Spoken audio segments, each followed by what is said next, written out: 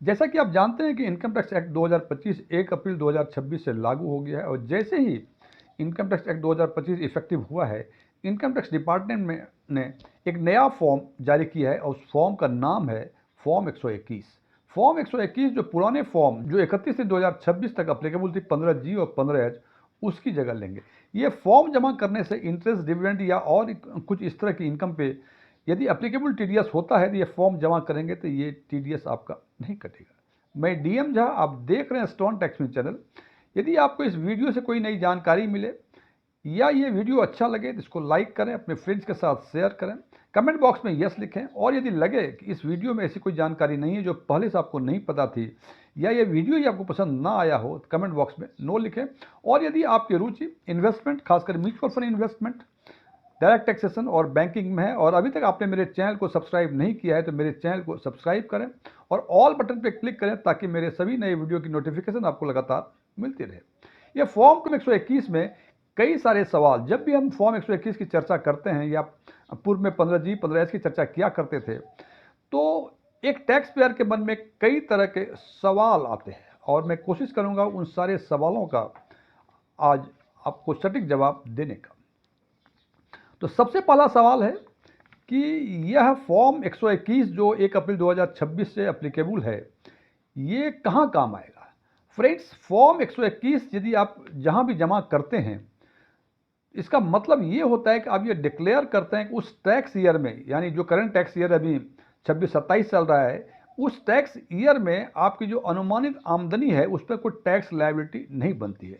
और जब यह फॉर्म उन एंटिटी को जहाँ से कोई आपको इंटरेस्ट, डिविडेंड वगैरह मिलता है, यदि वहाँ जमा करते हैं तो उनको ये पता हो जाता है कि ये इंटरेस्ट और डिविडेंड यदि आपके इनकम में ऐड किया जाए तो आपकी जो टैक्स लायबिलिटी होगी वो नील होगी, जो कि आपने डिक्लेरेशन में दिया हुआ है। सवाल, कहाँ जमा करें? जैसे मैंने चर्चा की कि वो एंटिटी जहाँ आपको इंटरेस्ट, डिविडेंड वगैरह पे करती है वहाँ यदि जमा करेंगे तो वो टीडीएस नहीं काटेंगे। इसका मतलब कि यदि आपके पास इक्विटी शेयर्स हैं या म्यूचुअल फंड हैं और वो डिविडेंड डिक्लेयर करती है तो आप उनके आरटीए यानी रजिस्ट्रार और ट्रांसफर एजेंट के पास ये फॉर्म जमा करें। ये ऑनलाइन ऑफलाइन दोनों तरह से जमा करने की सुविधा ये प्रदान करती है। अब आपके मन में सवाल होता है कि डिविडेंड कब आएगा, कब डिक्लेयर होगा, ये पहले से इन्वेस्टर्स को मालूम नहीं होता है, तो उसके लिए वो कब जमा करें और कैसे जमा करें? तो फ्रेंड्स, जब भी इक्विटी शेयर्स या म्यूचुअल फंड डिविडेंड डिक्लेयर करती है तो आपको इंटीमेशन आता है और उस इंटीमेशन में लिखा होता है कि इतना आपको डिविडेंड मिल रहा है और यदि इस डिविडेंड पे आपके टीडीएस एप्लीकेबल हैं और आप चाहते हैं कि आपका टीडीएस ना कटे तो ये फॉर्म, अब फॉर्म 121, पहले ये 15G 15H हुआ करता था, ये जमा करें। तो उस समय आप जमा कर दें। जैसे मैंने बताया कि ऑफलाइन ऑनलाइन दोनों ही जमा होता है, तो अपनी सुविधा के हिसाब से इसको आप जमा कर सकते हैं। अब सवाल है कि आपकी बैंक में फिक्स डिपॉजिट है, बैंक जो है हर क्वार्टर ब्याज की रकम आपके अकाउंट आपको पे करती है या आपके अकाउंट में एक्रूट करती है। तो लेकिन बैंक ये ब्याज जब पे करती है या एक्रूट करती है तो इसका इंटीमेशन डिपॉजिटर्स को नहीं देता है। तो ध्यान रखें कि सबसे बड़ा जो सोर्स है जहां टीडीएस करता है वो बैंक के फिक्स डिपॉजिट है। तो ये बैंक में जरूर जमा करें यदि आपकी कोई फिक्स डिपॉजिट है और आपको यदि लगता है कि वो ब्याज जो 1 वर्ष का बनेगा, एक टैक्स ईयर में बनेगा, वो जो उसके थ्रेशोल्ड लिमिट है उससे अधिक है जिससे कि वो टीडीएस काटेगा और आप चाहते हैं कि टीडीएस ना काटे तो ये फॉर्म बैंक में बिल्कुल जमा करें। अब आपके मन में ये सवाल होगा, ये थ्रेशोल्ड लिमिट क्या है?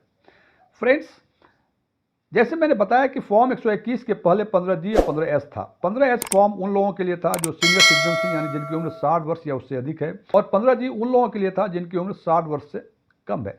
हालांकि इस नए फॉर्म 121 में दोनों ही फॉर्म को मर्ज कर दिया गया है, इसलिए अब आप जूनियर सिटीजन हो या सीनियर सिटीजन हो, आपको फॉर्म 121 ही जमा करना पड़ेगा। लेकिन ध्यान रखें, यदि आप सीनियर सिटीजन हैं तो बैंक में जो टीडीएस कटने की थ्रेशोल्ड लिमिट है वो 1 लाख रुपए है, यानी 1 लाख रुपए या उससे अधिक आपका यदि एक वर्ष में, एक टैक्स ईयर में ब्याज बनता है तो वो 10% टीडीएस काटेगी। और ये थ्रेशोल्ड लिमिट उन लोगों के लिए जिनकी उम्र 60 वर्ष से कम है 50,000 है। यदि आपकी उम्र 60 वर्ष से कम है और आपको लगता है कि जो फिक्स डिपॉजिट बैंक में है उसकी ब्याज एक वर्ष में 50,000 या उससे अधिक बनी तो आप भी जमा करें बैंक में। और यदि आप सीनियर सिटीजन हैं और आपको लगता है कि आपके जो फिक्स डिपॉजिट बैंक में है उस पर लगने वाले ब्याज 1 लाख रुपए या उससे अधिक होगी तो आप भी जमा करें, और यदि इससे नीचे है तो चूंकि टीडीएस कटेगा नहीं तो जमा करना कोई जरूरी नहीं होता है। अगला सवाल है कि ये वैलिड कब तक रहता है, इसकी वैलिडिटी क्या है। इसकी वैलिडिटी पूरे एक टैक्स ईयर होती है, यानी 1 अप्रैल से लेकर 31 मार्च तक।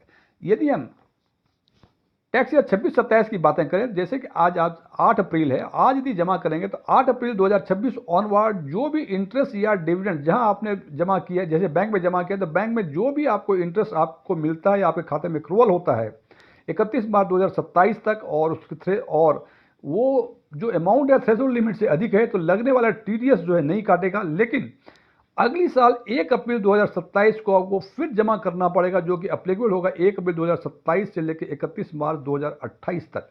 यानी इसकी वैलिडिटी जिस दिन आप इसकी वैलिडिटी एक टैक्स ईयर, और टीडीएस तब नहीं कटेगा जिस दिन आप ये फॉर्म जमा करेंगे, उसके आगे जो भी टीडीएस कटना होगा वो टीडीएस नहीं कटेगा। लेकिन उसके पूर्व यदि टीडीएस कट गया होगा तो वो टीडीएस कट गया, इसका मतलब ये नहीं कि आपने टैक्स पे कर दिया, आप आईटीआर फाइल करके रिफंड क्लेम कर सकते हैं। अगली समस्या है, अगला प्रश्न हो सकता है कि इसको कब जमा करें। जैसे मैंने बताया कि डिविडेंड के केस में जो इक्विटी शेयर्स और म्यूचुअल फंड में मिलते हैं वो जब आपको इंटीमेशन दें तब जमा करें, लेकिन बैंक में आप फर्स्ट क्वार्टर यानी 30 जून के पहले जमा करते हैं, बिकॉज कि बैंक जो इंटरेस्ट पे करता है वो क्वार्टरली पे करता है, और जब वो पे करेगा और अप्लीकेबल जो एस्टिमेटेड टीडीएस और जो एस्टिमेटेड इंटरेस्ट होगा, और यदि वो थ्रेशोल्ड लिमिट से अधिक है तो वो टीडीएस काट लेगा। तो कोशिश ये करें कि अप्रैल महीने में, यदि नहीं तो मई तक तो उसको जमा करा ही दें, सो दैट जो 30 जून को पहला ब्याज मिलेगा आपके खाते में उसमें टीडीएस यदि लगता हो तो टीडीएस ना लगे। अगला प्रश्न ये हो सकता है कि अगर जमा ना करें या मैं जमा कराने भूल गया तो क्या होगा। फ्रेंड्स, यदि आप जमा नहीं कराएंगे और आप सीनियर सिटीजन हैं, यानी आपकी उम्र 60 साल या उससे अधिक है, और एक टैक्स ईयर में जो इंटरेस्ट बनता है वो 1 लाख से अधिक बनता है, तो बैंक जो है 10% टीडीएस काट के बाकी रकम आपके खाते में जमा करेगी। और यदि आपकी उम्र 60 वर्ष से कम है और उस पर और जो एक टैक्स ईयर में जो आपका इंटरेस्ट बनता है वो 50,000 रुपये या उससे अधिक है, तो बैंक उस पर भी 10% टैक्स काटेगी और बाकी रकम आपके खाते में जमा कर देगी। लेकिन यदि आप मान लीजिए कि अगस्त, सितंबर, अक्टूबर में याद आया कि अरे मुझे फॉर्म 121 जमा करना था, मैं जमा नहीं कर सका, तो क्या होगा। फ्रेंड, जब आपको याद है उस टाइम जमा करा दें। इससे होगा क्या कि उसके आगे जो भी इंटरेस्ट बनेगा आपका, उस पर जो एप्लीकेबल टीडीएस होगा वो टीडीएस नहीं कटेगा, लेकिन उसके पूर्व में जो टीडीएस कटा होगा वो तो इनकम टैक्स में जमा हो जाएगा, और उसको रिफंड लेने के लिए आपको आईटीआर फाइल करना पड़ेगा। ये फॉर्म ऑफलाइन और ऑनलाइन दोनों तरह से जमा होता है। अपनी सुविधा के हिसाब से इस फॉर्म को जमा करें, ताकि यदि कोई टीडीएस एप्लीकेबल है तो वो टीडीएस चाहते हैं कि ना कटे। फॉर्म ऑफलाइन और ऑनलाइन दोनों तरह से डिपॉजिट करने की व्यवस्थाएं बैंक ने भी, और इक्विटी शेयर्स या म्यूचुअल फंड के जो रजिस्ट्रार एंड ट्रांसफर एजेंट हैं उन्होंने दे रखी है। अपनी सुविधा के हिसाब से ऑफलाइन या ऑनलाइन इसको समय रहते जमा कर दें। Thank you.